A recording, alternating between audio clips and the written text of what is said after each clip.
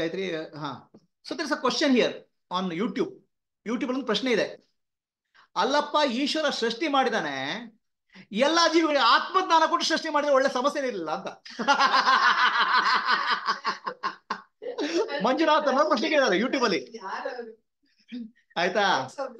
ಮಂಜುನಾಥ್ ಅವರೇ, ಜೀವಿಗಳಂದ್ರೆ ಒಂದು ಬೀಜ ಇದ್ದ ಹಾಗೆ. ಆಯ್ತಾ? ಆ ಬೀಜದಲ್ಲಿ ಮರ ಇದೆ.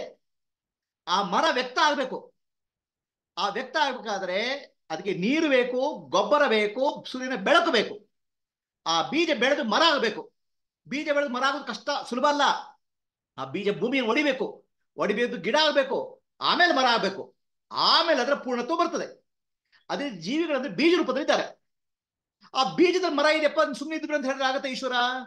ಆ ಬೀಜ ಜೀವಿಗಳಿಗೆ ಪಂಚಭೂತಗಳನ್ನು ಕೊಟ್ಟು, ಗಾಳಿ, ಬೆಳಕು, ನೀರನ್ನು ಕೊಟ್ಟು ಅವ್ರಿಗೆ ವ್ಯಕ್ತ ಆಗ್ಲಿಕ್ಕೆ ಅವಕಾಶ ಮಾಡಿಕೊಡ್ಬೇಕು. ಅದೇ ಸೃಷ್ಟಿ. ಸುಮ್ಮನೆ ಜೀವನಿಗೆ ಜ್ಞಾನ ಕೊಟ್ಬಿಟ್ರೆ ಅದು ಎಲ್ಲಿ ಬೆಳೀತದೆ? ಅದು ನಿಮ್ ಮಗು ಇದೆ ತಾನೆ, ಆ ಮಗುವಿಗೆ ಹುಟ್ಟಿದಾಗ್ಲೇ ಅಲ್ಲಪ್ಪ ನೀನು PhD ಈಗಲೇ ಅಂತ ಹೇಳ್ಬಿಟ್ರೆ ಅದು ಏನು ಅರ್ಥ ಆಗುತ್ತೆ? ಅದಕ್ಕೆ ಅದು ಬೆಳಿಬೇಕು, ಅರ್ಥ ಮಾಡ್ಕೋಬೇಕು. ನೀವೇನ್ ಮಾಡಬೇಕು? ಪೇರೆಂಟ್ಸ್ ಆಗಿ ಅದಕ್ಕೆ ಒಂದು ಅವಕಾಶ ಕೊಡ್ಬೇಕು. ಈಶ್ವರ ಅವಕಾಶ ಕೊಡ್ತಾನೆ. ಅದನ್ನ ಬೀಜ ಇದ್ದನ್ನು ಮರ ಮಾಡೋ ಒಂದು ದಿವಸದಲ್ಲಿ ಬೀಜ ಇದ್ದ ಮರ ಬೆಳಿಬೇಕು. ಅದು ಸೃಷ್ಟಿ. ನಿಮ್ ಪ್ರಶ್ನೆಗೆ ಉತ್ತರ ಸಿಗ್ತಾ ಮಂಜುನಾಥ್ ಅವರೇ?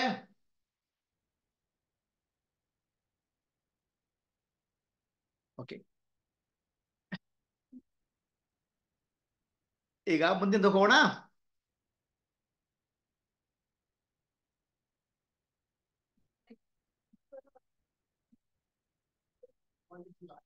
If it already has Jnana, then it cannot enjoy the gift.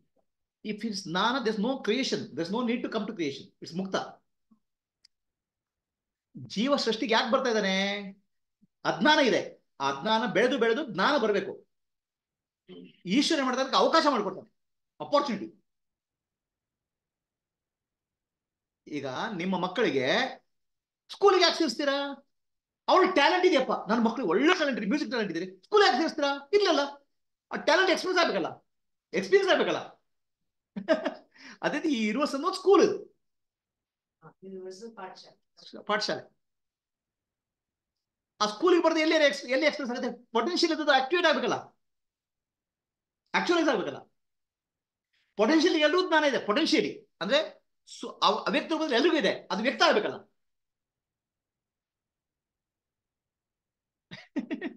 ವ್ಯಕ್ತ ಆಗಿದ್ರೆ ವ್ಯರ್ಥ ಆಗುತ್ತಲ್ಲ.